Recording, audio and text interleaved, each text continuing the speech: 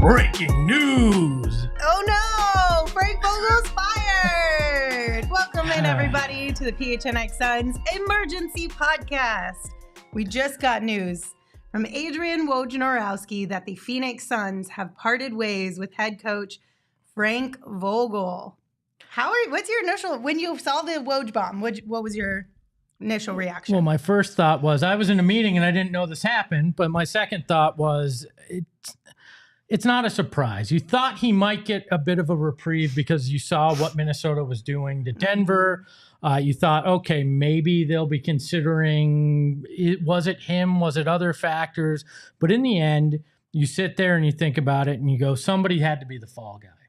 And you're not getting rid of the roster in full. And so he takes the blame to start here. I don't think it'll be the only domino that falls. I think it's the first one, and it's probably the right one. The up and down nature of this year. I don't care that you won 49 games, right? I don't care that was the third highest win total in the last 15 years. Because if the bar is mediocrity, if the bar is being better than the worst 10 years in Suns franchise history, you're setting the bar in the wrong place. Yeah. I'm just going to be honest about that, right? And that's problematic to me. And you look at it, okay, the end result, 49 wins, great, whatever.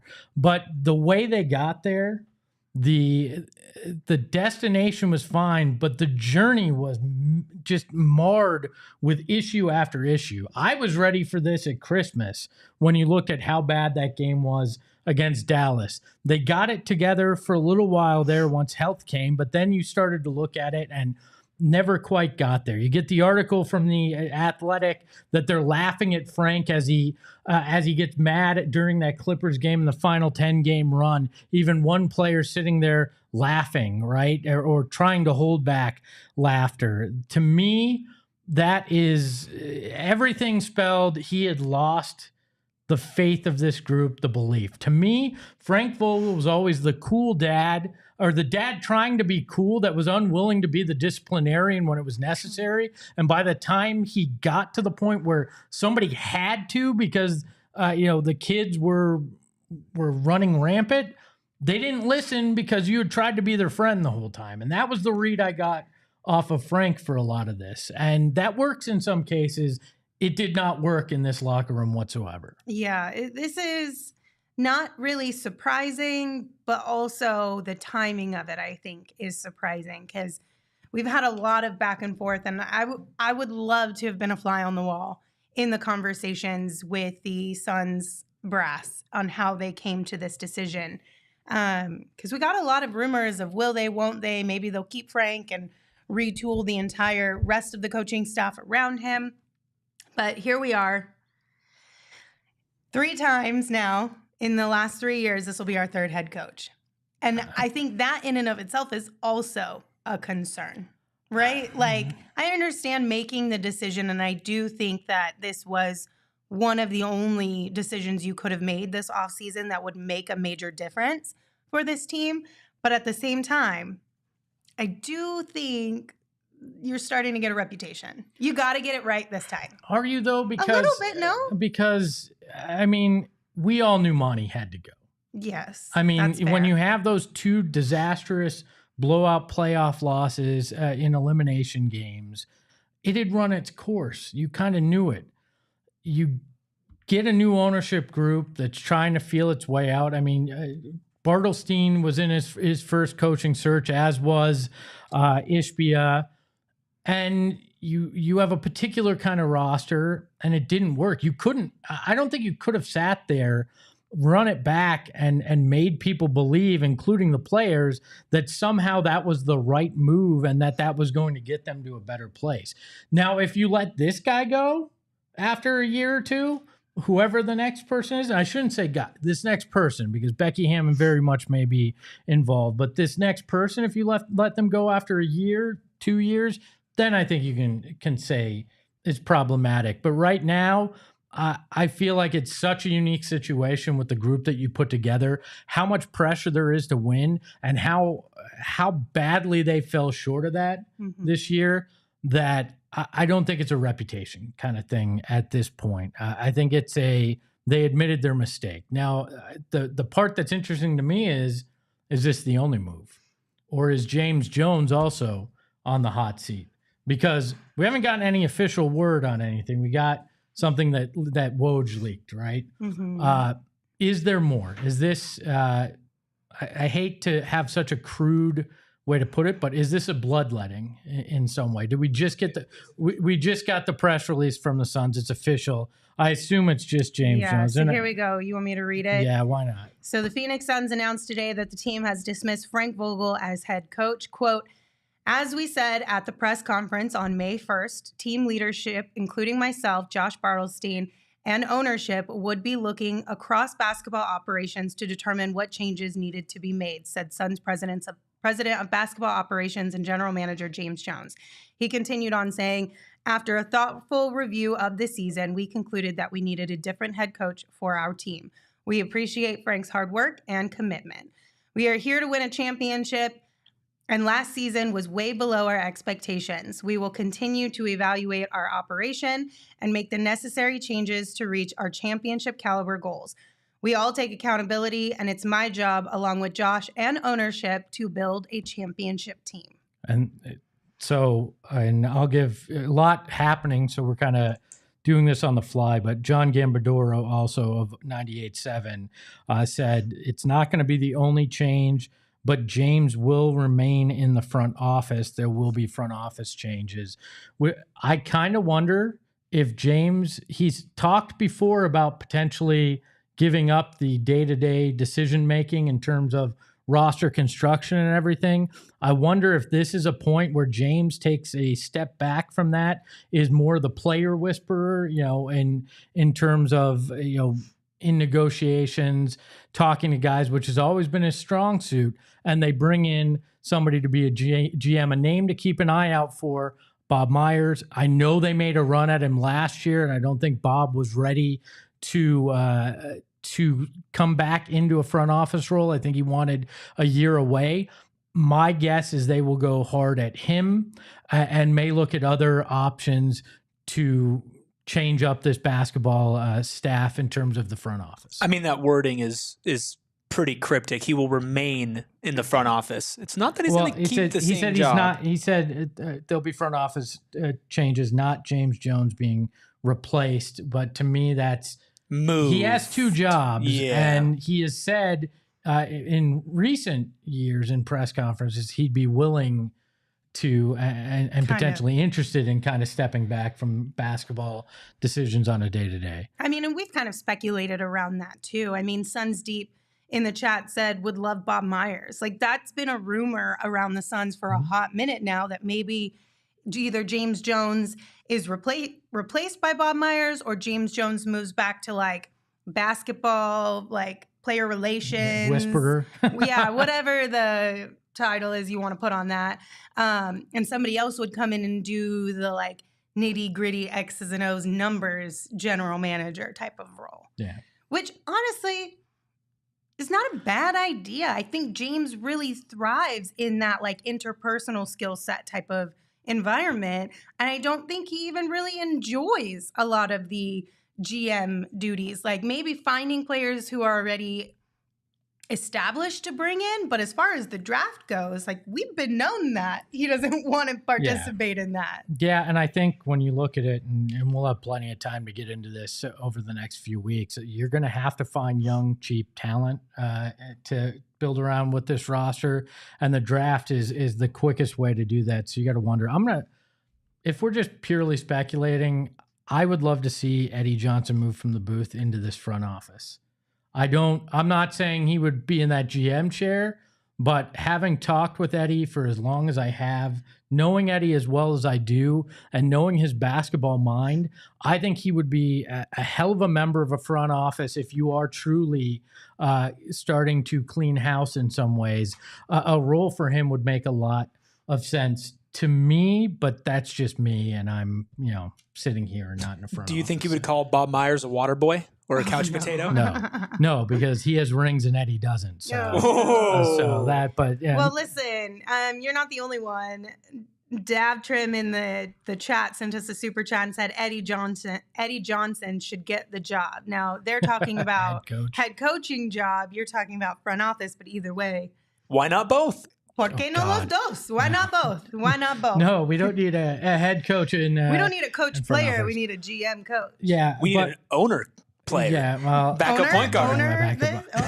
Okay. Now we're getting real crazy over here. Back to the Frank stuff, though.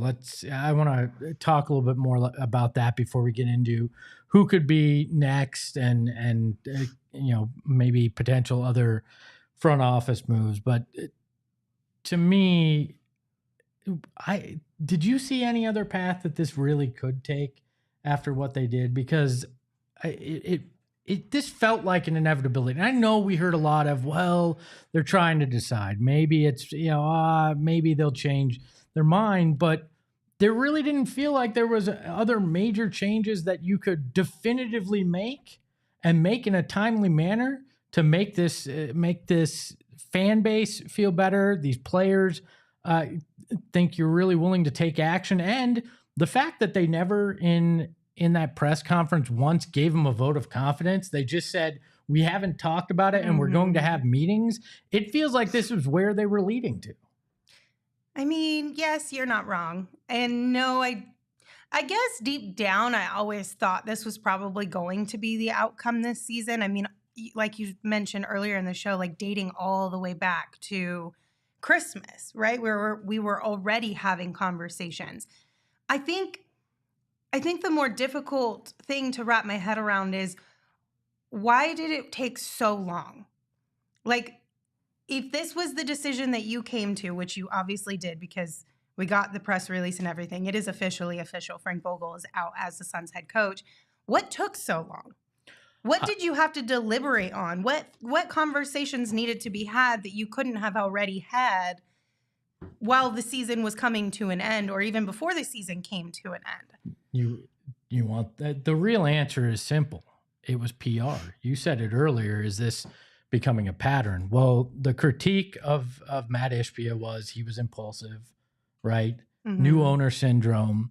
So I think you took an elongated amount of time to, look into things. And I think I'll have to go back and look, but I tweeted something very close to what the official statement wound up being, because I've heard it enough where it's, we wanted to take the time to do this right. We wanted to evaluate. But in reality, I think this choice was probably made right around the time that they were talking to us. But they didn't want the perception that they were being knee-jerk in their assessment there and in firing him, that they didn't want to look like it was impulsive and that they did it just to simply do it, right? They wanted it to feel like there was actual deliberation on that front. And I'm sure there was. That deliberation probably just started in December and January and February and into the playoffs, and it became an easy decision come the end. And I think maybe this happens a little bit earlier in the week, but then some of the talk with the Minnesota, oh my gosh, were the Suns not as bad as they were?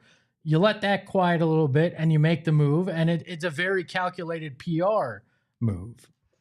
And I also think that maybe, and just maybe, they wanted to give Frank a chance to make his case as well. Like if Ishbia said that they truly hadn't talked until he flew in last week, you give him time to make the case, and maybe you don't want to fire him until you've reached out to potential replacements and said, who could we get to replace this guy? Let's not just fire him and then do that. Well, right? Yeah, that I mean, that hasn't changed a whole lot.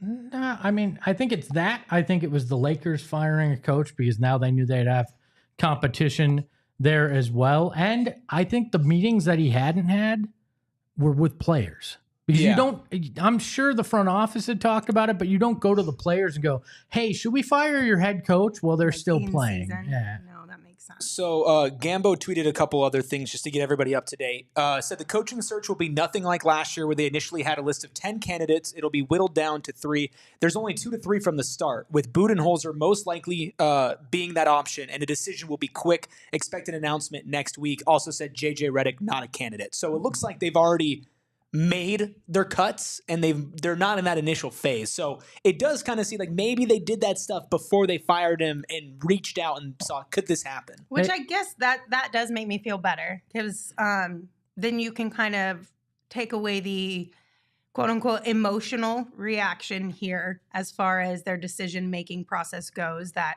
they were having behind the scenes conversations with potential candidates already to gauge the interest of them. And if they wanted to be here, if they were comfortable with that candidate as well, and then they made the decision. Because that's the biggest thing that I'm like, okay, how long is this coaching search going to take? Are we starting from scratch again like we were last year, where it was like, here's 6 people, here's 3 people. Between these 2, somebody else gets offered a job. Now we've got this one left over. The one we really wanted wasn't even available from the jump.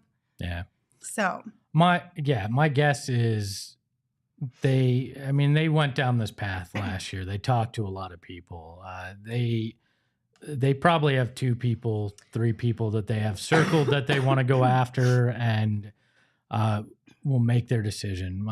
It doesn't surprise me that JJ Redick isn't on this list. And if anybody's upset about that, I'm sorry. You can't have a guy that was a contemporary of these guys who's never coached for a second come in here and try to be the guy that holds these guys accountable, be the guy that's going to take you to the promised land and win a championship. It never made sense to me.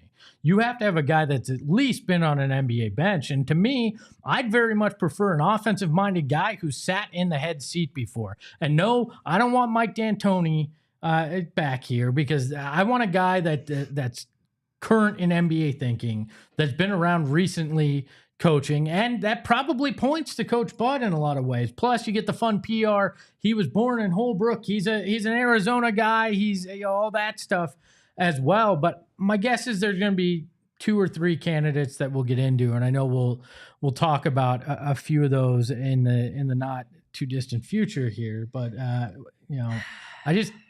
I don't think there's any way that you can throw shade at the Suns for making this move. It feels like the right one when you're a team that thought you were going to shine as bright as a championship this year, and you don't figure out how to do it. Well, if you're going to throw shade at the Suns for this move, just make sure you're wearing your Shady Rays while you do it. Hey, look you at that guys can get synergy. ready for shade throwing season and summer with a great pair of Shady Rays. We are talking about polarized sunglasses, made to last, affordable though at the same time, so you get the best of both worlds. They have hundreds of options to choose from, so you're bound to find the perfect pair to match your style. And they also probably have styles in your favorite team's colors. So whether that's the Suns, the D-backs, the Cardinals, or all 3, why not? Get a couple extra ones over there. Shady Rays has you covered. Plus, if your shades ever go missing or take an unexpected hit, you don't have to sweat it, because they have the most insane protection in all of eyewear.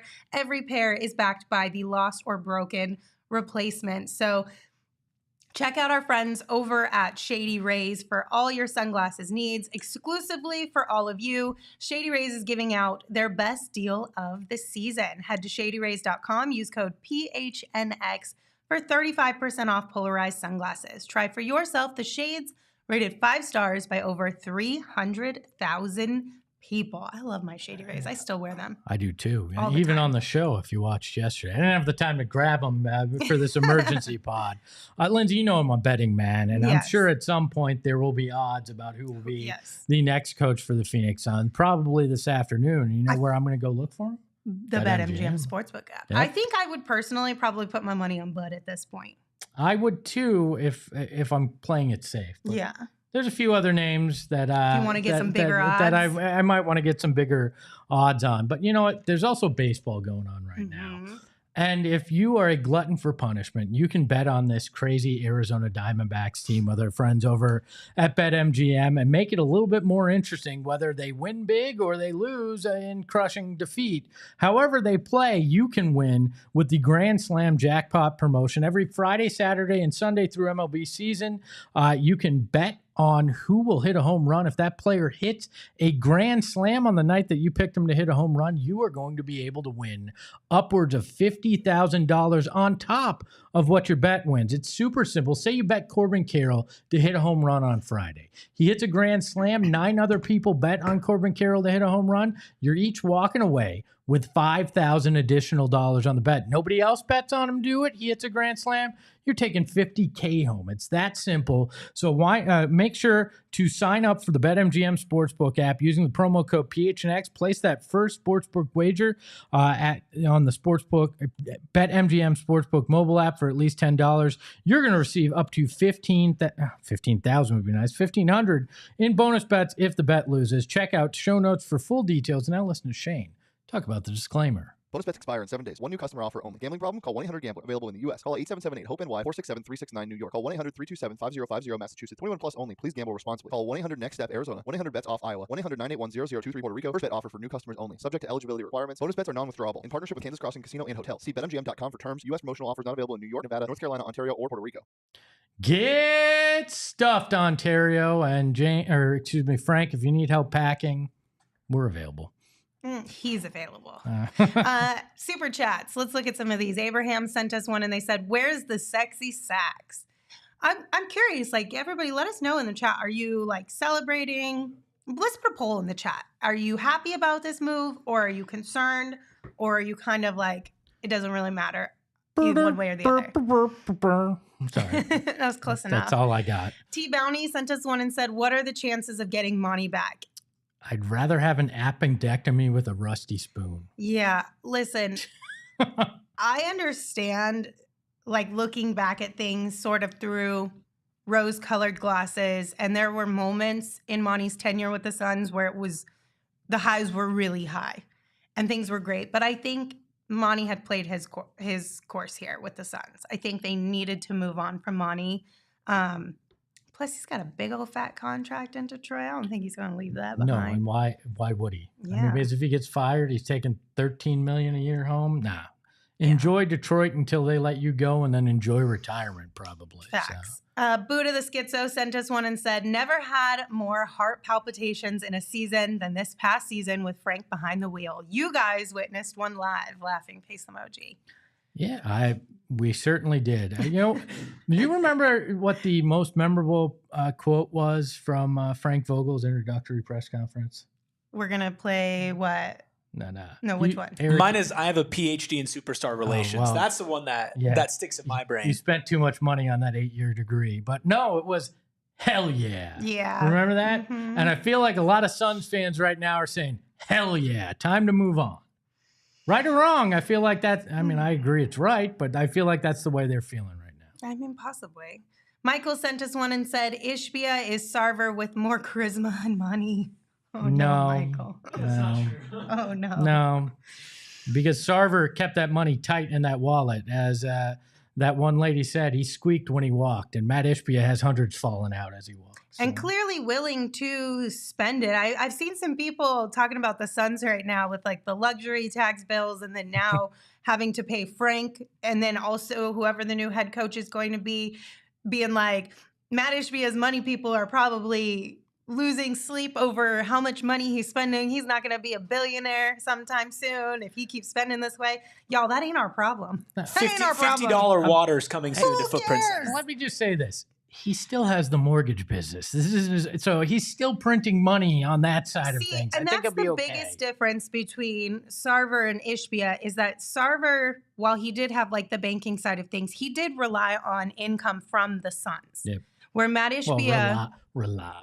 Well, you know what I mean, though. Like, yeah, he wanted to make money off of the Suns and Mercury organization, where it seems like Matt Ishbia wants to make money from the mortgage side of things and wants to just like this be the playful thing. Yeah, I mean, you know what I mean? There's a difference. You can tell owners across the league in all sports.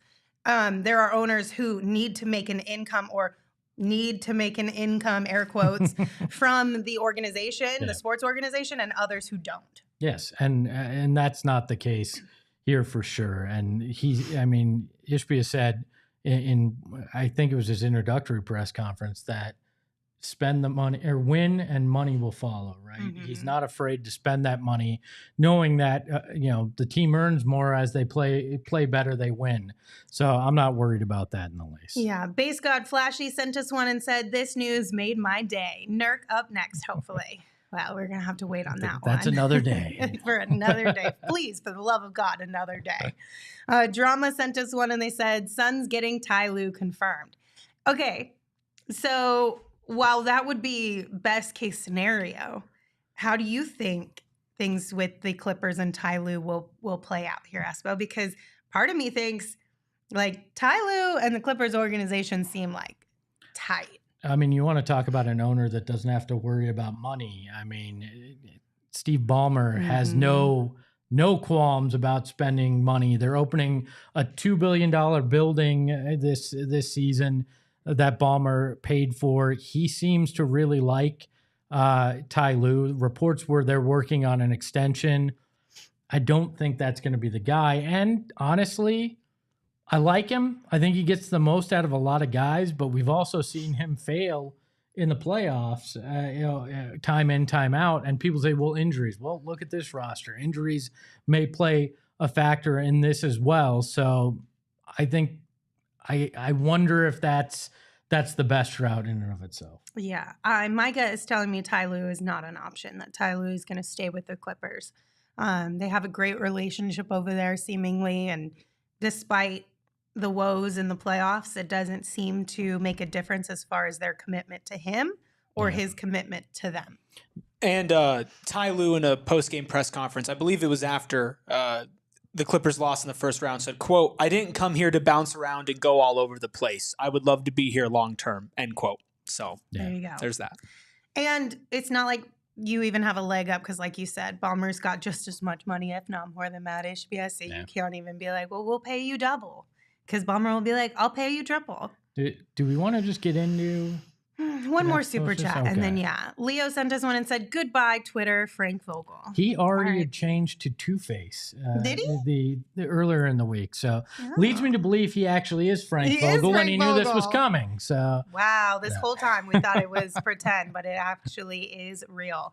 Yeah, so let's dive into some potential replacements. In the Woj bomb we got, he specifically stated that Coach Mike Budenholzer will be prominent part of the search. So seemingly like he's at the top of the list, which if you all want to dive deeper into more candidates, Gerald did just put up an article at gophnx.com. You can go read that after you're done watching the show. He writes really fast. So fast. It's like maybe he was prepared for this or something. I don't know. But I think it's hilarious because Coach Bud is at the bottom of his list. Yeah, I mean, look, and Eric, I think you have the numbers when it comes to Coach Bud here. A 484 and 317 record all time, 2-time NBA Coach of the Year, 2-time NBA Coaches Association Coach of the Year. Obviously, he won that title in 2021. Great. No, I heard there was no basketball that year. I don't remember that finals, but sure, he has a ring from that. Like I'd mentioned, hometown, or not hometown, but home state guy. He was born here. My hesitation is lots of regular season success. Saw it in Atlanta, saw it in Milwaukee.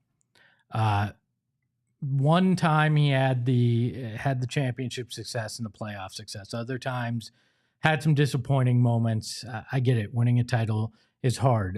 The thing that is to his benefit is how many years he spent as a lead assistant to Greg Popovich. Mm-hmm. He comes from that tree, so he's seen a guy who takes command of a room and is willing to be in charge, and I don't believe is afraid to challenge superstars. Yeah.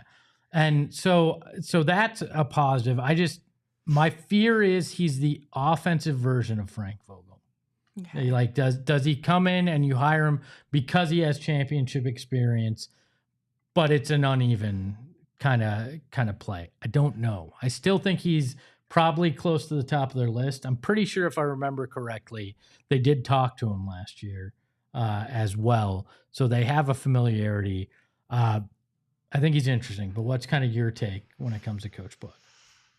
I mean, I'm okay with it, I suppose. Like, it's not I don't think it's an awful choice, but it doesn't also excite me. You know what I mean? It's kind of one of those, it could work, but it also maybe couldn't work. Yeah. I don't know.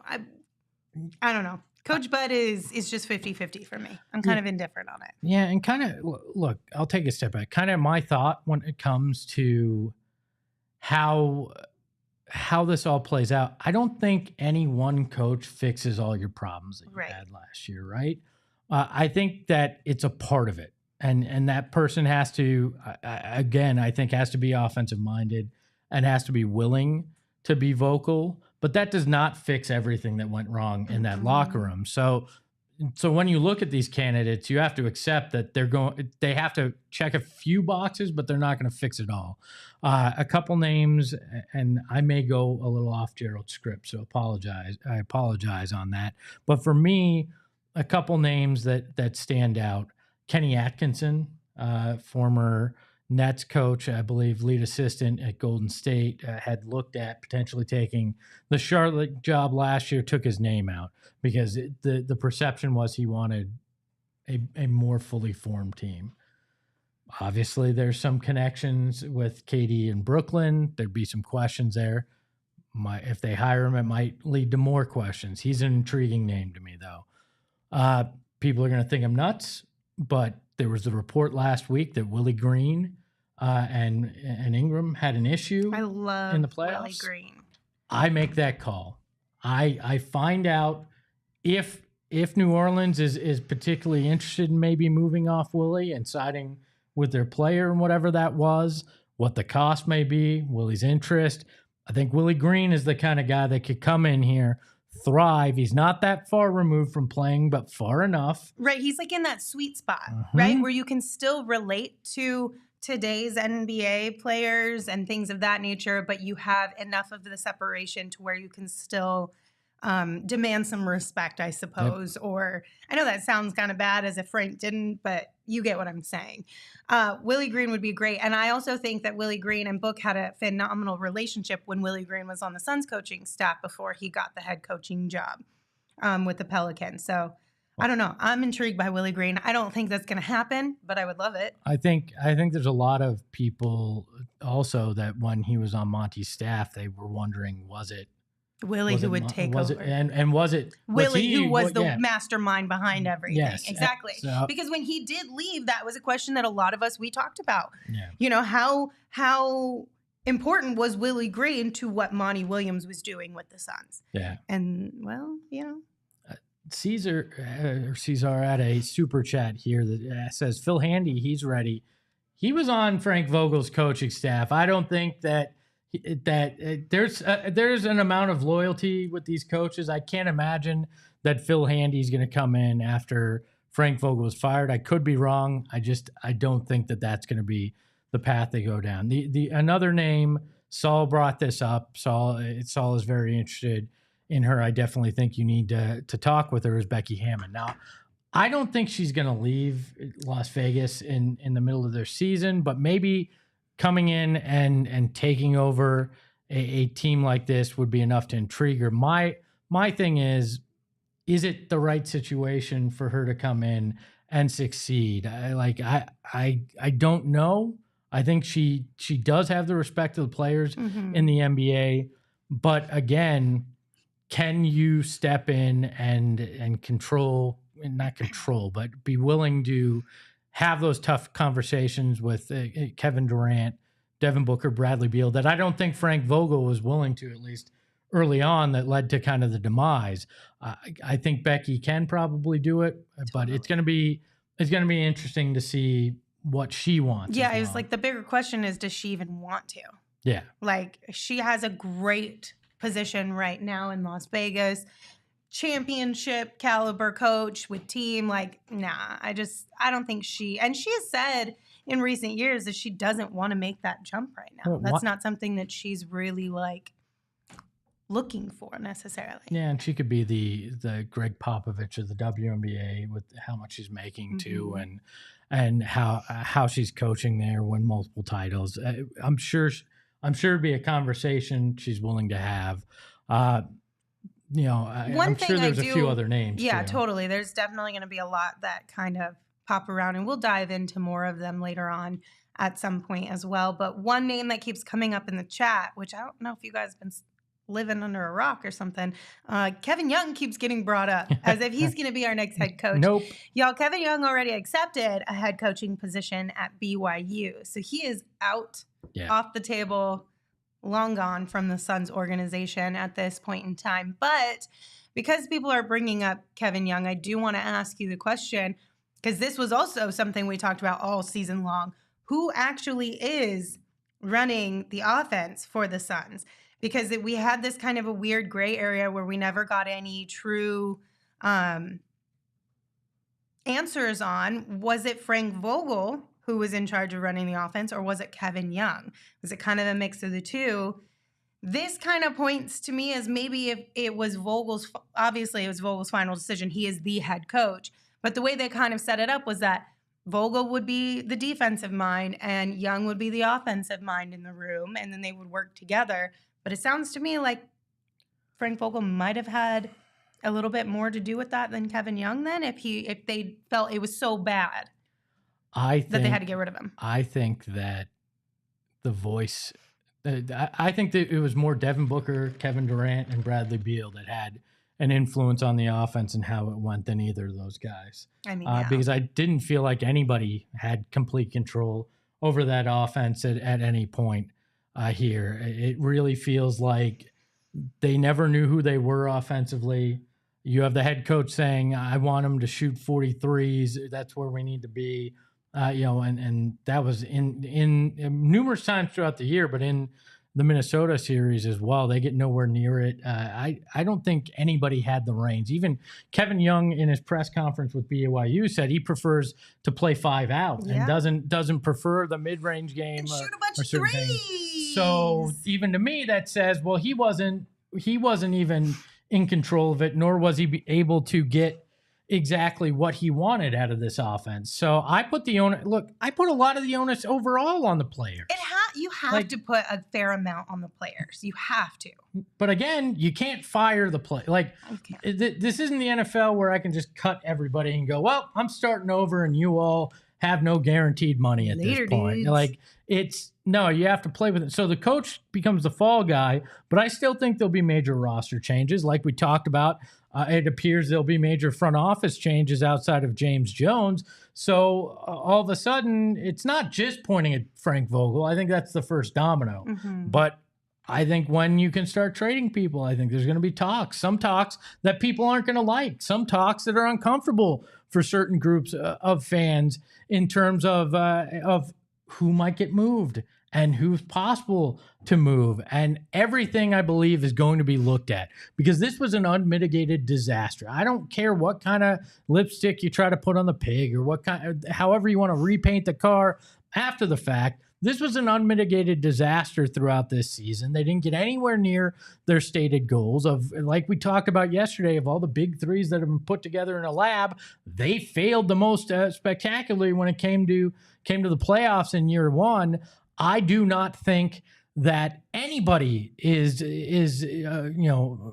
out of the realm of being criticized or potentially being moved outside of Devin Booker because they've built this. They've built the marketing. Everything is built around Devin and is Devin City in a lot of ways. We even heard Matt Ishbia state that the other day. But I think every other possibility is wide open right now moving forward. And this is just the start. I think this is the very tip of an iceberg that may go very deep into the offseason. What I will say is that if we have any similar issues that we had this year, next year under a new head coach, majority of the blame has to be put on the players. Because you can't bring in different head coaches and different coaching staffs, because I'm assuming a good majority of the coaching staff is also going to be turned over, right? Yeah. There's a good possibility here, because it's usually how it works when you bring in a new head coach. They want to bring in their own people.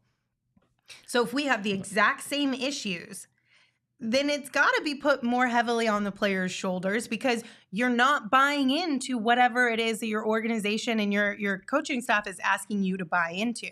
You might be the toxic one in the room. Well, look, you can change the blinds in an ugly room. It's still an ugly room, the drapes. I still think there are a lot more issues that go beyond it. And I don't know if you wait till the beginning of next year to make some of those moves to just see if it works with the coach. Again, offensive coach is needed, because that's what you've built here. So if you're staying with your big three, you definitely have to get an offensive coach. If you go another defensive coach and you keep the entire roster, you're ridiculous in every way, shape, and form. It's going to be another failed outing, right? Because it makes no sense with the way this is built. And somebody in the chat said it, and I'd been saying this before. It reminded me a lot of the Terry Porter situation, where you have a high octane offense. You hire Terry Porter. That makes no sense. He's not an offensive guy. But I don't know that you can wait to see if it works with another coach before exploring true opportunities here, including Bradley Beal and Kevin Durant. And obviously we know the limitations on what you can do with Bradley Beal, but everything is on the table because everybody failed along the way this year. Yeah, 100%. And I'm not advocating for anybody getting moved or anything, but you have to do your due diligence and at least see what offers are out there. Like, you just kind of do. All I know is that I hope Frank Vogel, I wish him the best, obviously. This wasn't a perfect situation for him. It's unfortunate. He only had a one-year opportunity with this squad. A lot of people are talking about how it seems like Frank Vogel was brought in for DA. Like, that was a big part of it. And then DA obviously got moved from the team after that. So I just wish Frank Vogel the best in wherever he goes. And if he doesn't go anywhere, then he's still got money coming in. And that's also a nice situation too. I mean, sometimes we're happy as fans to see a coach move on because it doesn't work from a basketball standpoint. But yes, you do wish the human being good luck as they continue in their career. Yeah, but he's no longer in our inner circle. But if you guys are looking for a good inner circle, our friends over at Circle K have the best inner circle. We're talking about a free membership program with lots of perks. First and foremost, you save 25 cents per gallon on your first 5 fill-ups. You save 3 cents per gallon every single day. That can also get bumped up the more you utilize the Inner Circle and membership program. And also there's a bunch of coupons and discounts and offers within the Inner Circle Rewards app. You can get right now an exclusive membership deal on Polar Pops or Frosters. You can get them for just 69 cents now through September 3rd. Polar Pops are one of my favorite things from Circle K. They have more than just sodas too, right? You got the Frosters, you got the sodas. There's teas, there's vitamin waters, there's Powerades, all kinds of things. Plus, they got the best ice, that like crushed, crunchy ice. So if you like to eat ice, then Circle K and the Polar Pops is your place to go. But you can find that deal in the app under Inner Circle and offers. But you should absolutely join Inner Circle for free today by downloading the Circle K app. Terms and conditions apply at participating locations. Visit CircleK.com for details. Lindsay, most of us aren't lucky enough to get paid millions of dollars to do nothing. I know, right? I mean, that's not something that most of us can do. But if you need a little scratch, our friends over at Desert Financial Credit Union have an opportunity for you where you can get $200. But, for more than 84 years, Desert Financial has been Arizona's largest and most trusted local credit union, dedicated to creating exceptional experiences by giving back to the community and providing financial solutions that make lives better. The Desert Financial team are financial experts who are committed to their members and the community, offering financial solutions tailored to helping real people like you, Frank, achieve their financial goals and dreams. Look to Desert Financial for checking and savings accounts, mortgages, loans. Frank, you might want to look into that, or your investment options that they have, as well as much, much more. When you open a free checking account online, get $200 in bonuses and get started by visiting desertfinancial.com/200. All right, let's take a peek at some more super chats here. We have one from some guy named Justin. Thank you. They said you wanted to hear them talk about this news, and they delivered. All caps, hit that like button. That's right. If you are here with us live, please hit that thumbs up button. Even if you're not here with us live and you're watching later, hit that thumbs There's up over button. 800 people in here. Only have 116 have hit the like button. That doesn't make sense to me. You want Do more potential coaching hires? Get us up to 150 before we're 'Cause I done got with the a whole next bunch super of good chat. ones right now. We do, We and do. we'll share them with you if you get there. Arizona 88 sent us one, and they said Beal didn't do crap, and we need a point guard. Yeah, but you know what? You're handcuffed to him, and yeah, You maybe pretty you need a much are point guard, but handcuffed to him. you're gonna have to keep him around Yeah. too. So while we're waiting for the thousands of likes that are about to be pouring in right now, a couple things for you guys. One, some more reporting from Gambo said, no, Isaiah Thomas will not be a part of the front office changes with the Phoenix Suns. Now, that probably means officially. I would say unofficially, he probably will be involved. And I have a question for you guys. Mm-hmm. How much input do you take from your big three when it comes to hiring your next head coach? A lot. A lot. Like a lot? Yeah. Like Yeah. almost let them pick it? I think I go to them with a hand-selected 3 or 4 that I'm okay with in Mhm. any of them, and I say, where do you guys stand? What's your thought on each of these? And I go individually to them Yes. because I don't want a group An think. I want influence. honest. Yeah. I want an honest answer from each of them and why, and then I take all that into consideration because I'm not sure if that's what happened last year. I don't know for certain, but I also think that you probably it's probably a weighted scale, right? Depending on who you think you want to have long term on your team. So I would say Devin probably holds the most weight in that Yes. conversation. KD next, and then Bradley Beal after that. Yeah, I agree. Even though you're locked into KD or Bradley Beal a little bit longer than KD, I still think those two guys are 1A and 1B as far as how much weight they hold in this conversation. But you have to. I mean, we've been talking about chemistry all season long, and not just chemistry amongst the players, but chemistry between the players and the coaching staff. And if that was the final nail in the coffin that really did this group in as a whole, then you have to make sure these players are going to have some chemistry with the new head coach and be bought in for the most part. Like, I'm not saying there's not going to be bumps along the road, but they have to be bought in because we've seen what happens when they're not bought in.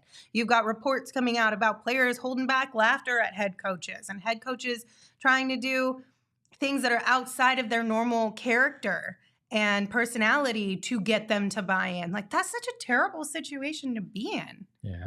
Yeah, I mean, and it's not how you become successful. It just isn't. that review guy said they like Kevin Young and he was cheeks, in my opinion. Look, we didn't see him in the head coaching chair and may have very well wound up exactly like it did with Frank. So it is what it is. I can't tell you if that's the case or not, but you have to have, to your point, they're buying. Doesn't matter, as long as you feel comfortable with any of the options that you bring to them, you have to take it into consideration. Because if you make a hire that they've had absolutely no say in, you're screwed. You've started already to cause issues that were unnecessary. So yes, in today's NBA, players are involved in these decisions, whether you want to believe it or not, whether you like it or not, they are. So you got to make sure you go to them and make it work. Yes. All right. We have a couple of other coaching things. Chauncey Billups is an interesting name. It's been dropped in the chat a couple times. That's one that we've kind of just been rumored to maybe being an available head coach this offseason. How do you feel about Chauncey? I would rather have another former Blazers coach than him. I'd rather talk to Terry Stotts than I would Chauncey Billups. And if you're going to keep Nurk, Terry Stotts has a lot of he's had a lot of high praise for Nurk as well. Yeah, I mean, I look at that and just Chauncey does not feel like the right fit. Doesn't strike me as the guy that you want in any way, shape, or form. And I was underwhelmed with, and I get it. Portland was a mess of a roster this year, but I was underwhelmed by a lot of what I saw there as well. Billups is not what a big three needs. I think that's more of you want him for young teams to kind of set that discipline early on in a career. Mm-hmm. I don't think it plays well with the guys you have here. All right, a couple options from the chat. Okay. Jared Dudley. Okay. Who has coaching experience, not head coaching experience, but coaching experience. He was in LA. He's now one of the top assistants to Jason Kidd in Dallas. His name has been mentioned around the league as an up and coming name. I don't know he's the guy to get the respect in the locker room that you need. I think he will get his chance to sit in the head coaching seat somewhere. I don't think that he's the right fit here in Phoenix now. I mean, that would just be, the storyline would be fantastic. The outcome of the season, can't tell you that one. I think this might be my favorite one that has been recommended from the chat. Emma Stone as the next Suns head coach. She does have the hardware that you can bring in. She is a proven winner, and it has proved that she can mold herself into whatever she needs to be for a situation. And she has the players' respect. Well, at least Grayson's. They play hard for her when she's in town, so... Grayson will average 40 points a game with Emma Stone. Can we get the dog who peed on the court? Can that be the next head coach? God. I'm not mad at it. Nah, he's too much of a mess. Kevin in the chat says Fizdale. Okay, I heard this that Fizdale was really the only guy willing to get on these guys in the locker room, right? And really say anything. At times he was leading the charge in the huddle and things. So I actually, it's an interesting name. I just don't know if you want to completely clean house from what went on. I have no clue what you're laughing at, and I probably don't want to. But yeah, I think you got to wonder how you want to handle it, right? Mm-hmm. Do you really want a guy that was in that room if that room went so poorly last year? Unless we find out they had a great deal of respect for Fizz, and that's the guy that the team goes to bat. And it could also point to why they could make this decision so quickly if the report's true. That's true. Another one that keeps getting brought up a lot in the chat is Steve Nash. Y'all, no, we saw that. It didn't work the first time around in Brooklyn with KD. Do you really want to do round two here? You could maybe sell me on Steve Nash in the front office potentially, but no, on the sidelines, no, I can't. I mean, again, I said Kenny Atkinson, and we know that he kind of unceremoniously got ousted in Brooklyn. We saw Steve Nash get run out of Brooklyn with KD. I don't think that makes a lot of sense to me. So thank you all for hitting that like button. We really appreciate it. Keep it going. Thank you all so much. So Movie Muscle in the chat said Willie Green is too old school. We need a threes guy. So here's the deal. This has been a debate as well. We've had conversations throughout the regular season with this, but a lot of it kind of hit a peak talking point as far as the coaching goes towards the end of the season and since the season has ended to now, because we got the whole Kevin Young talking about wanting to run 5 out, shoot lots of threes. We got the whole Frank Vogel wanting a point guard. And then there's just a lot of rumors swirling around the coaching staff asking the players to shoot more threes. All of us asking them to shoot more threes, and then the players not shooting more threes. Do you think if you had a coach who really valued that, would it make a difference when you, with this group of guys that you have currently, knowing that your starting 5 is all under contract? So in theory, there is an opportunity for all of them to be your starting 5 next season too. Not if they don't have buy-in. Like, it doesn't matter if the coach is like, shoot more threes, and these guys are more comfortable in the mid-range if you don't get buy-in. And I'm not saying they have to completely abandon the mid-range. The bread and butter that they do. Yeah, that KD has to abandon. those on the block, getting a chance to work in that mid area. But you definitely have to make it a bigger part of your offense. You need more motion in this offense, and look at that. And I get it. 3 is worth more than 2s.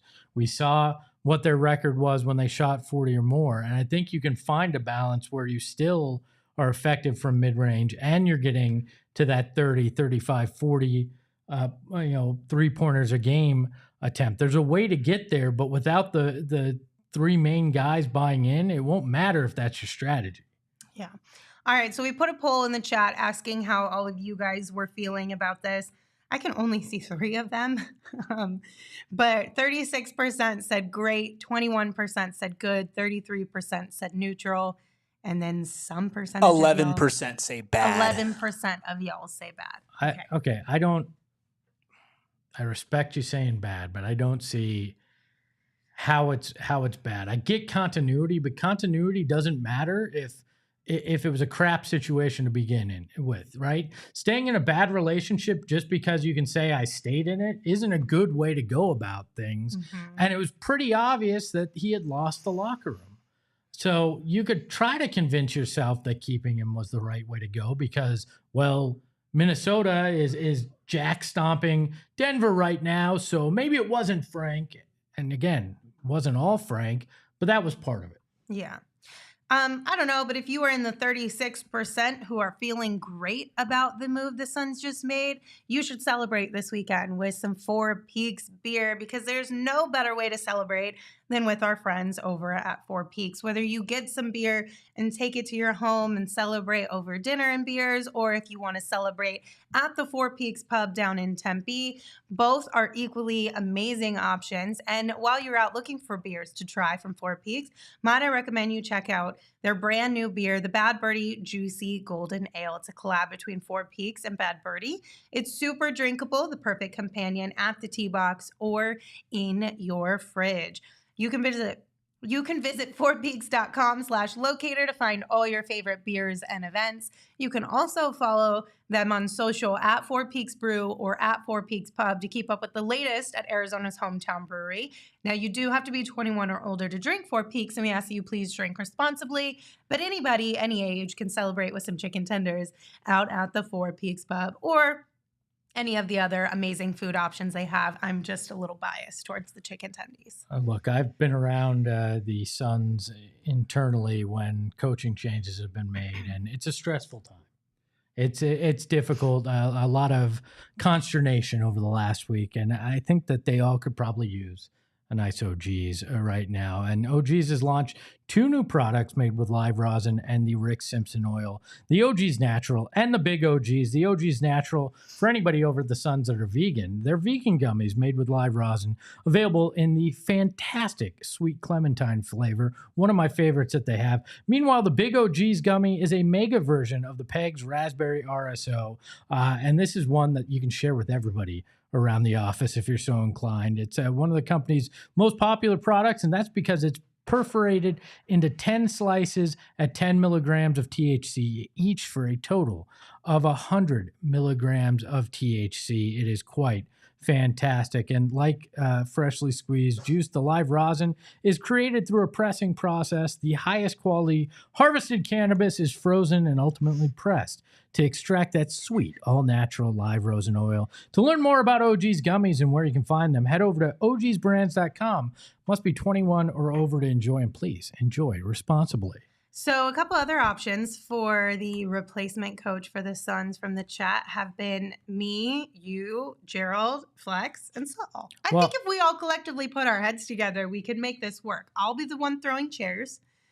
You can be the one going on rants at halftime. I think I could also be the emotional support guy, too. Yeah, you could. Come here, Book. It's okay. You can cry on my shoulder. It's all okay. right. Lindsay was mean. We'll be okay. I'm sorry that Lindsay threw a chair at your locker. The only team to ever exclusively play zone defense in the modern NBA.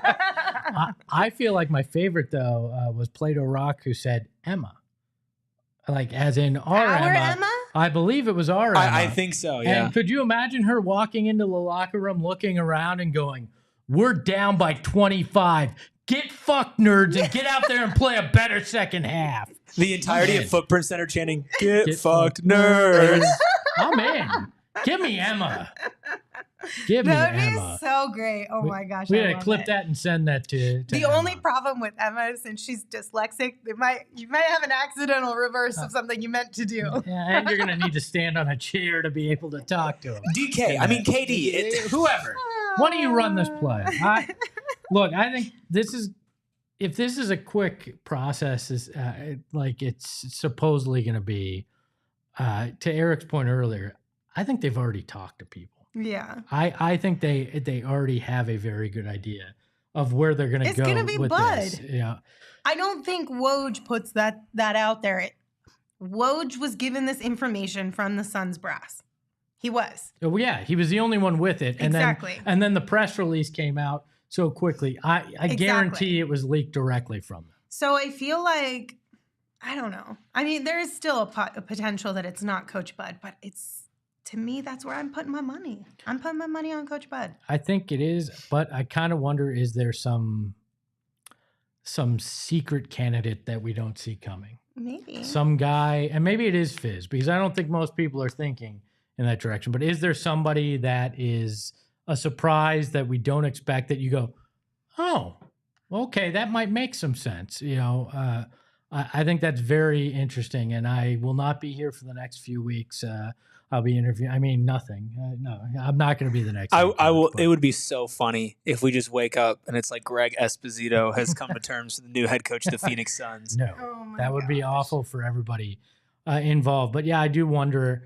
No, can we please stop with the Mark Jackson? I keep seeing Mark Jackson's name. There's a reason. Man down, man down. Yeah, I mean, there is a reason Mark Jackson has not been given a head coaching job since his time with the Warriors, and that has a lot to do with the way things went down there in Golden State and the success they had after he left. Sam Cassell, Bull Sampson says, is an interesting name. He has been around as a lead assistant coach for a while.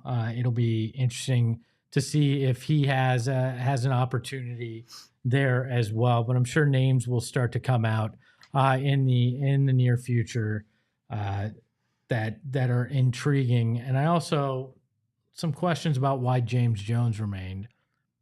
Pure speculation. I'm totally just fanning the flames, but who was the guy that helped LeBron or I just gave it away. James Jones win a bunch of titles before LeBron James, who has an opt-out in his contract and may do something that's crazy to everybody involved. Or if you decide you want to make a move with one of your big three and you want to get a guy, LeBron James. So is he kept around, James Jones, because he's the LeBron whisperer? I have to wonder about that in part. Listen, I know it's speculation, but again, it's not outside of the realm of possibility. It might be a little bit delusional, but it's not impossible. We talked about Chris Paul player coach. You want LeBron player coach. I mean, he basically has been that everywhere he's Yeah. gone. Really, though. I mean, maybe you try it. I mean, maybe. I don't know.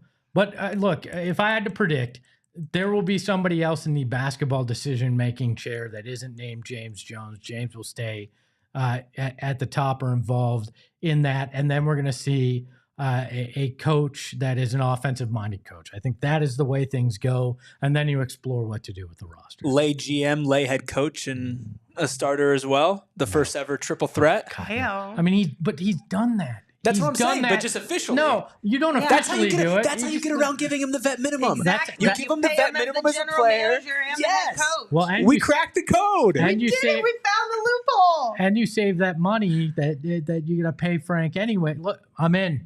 Let's do this. Let's just LeBron James, player, general manager, and head coach, the most powerful man in basketball, with his buddy James Jones getting another ring thanks to the king. You heard it here first. That's how the Suns offseason is going down. Mark it, put it in the books, bet it on the BetMGM Sportsbook app. It's happening. Let's go. Or not. Oh, a disclaimer. Or not. Or not. Let's take a peek at some of these super chats here. Daniel sent us one and said, we have no bench at all. No point guard. Our 3 stars missed 30 games, and our franchise cornerstone is playing out of position and it's Frank's fault? No. No. But he- Frank is the fall guy. He's the easiest guy to let go right now. Yes, he is, unfortunately. Emperor Day 1 Roy sent us one and said, Kenny Atkinson as our head coach?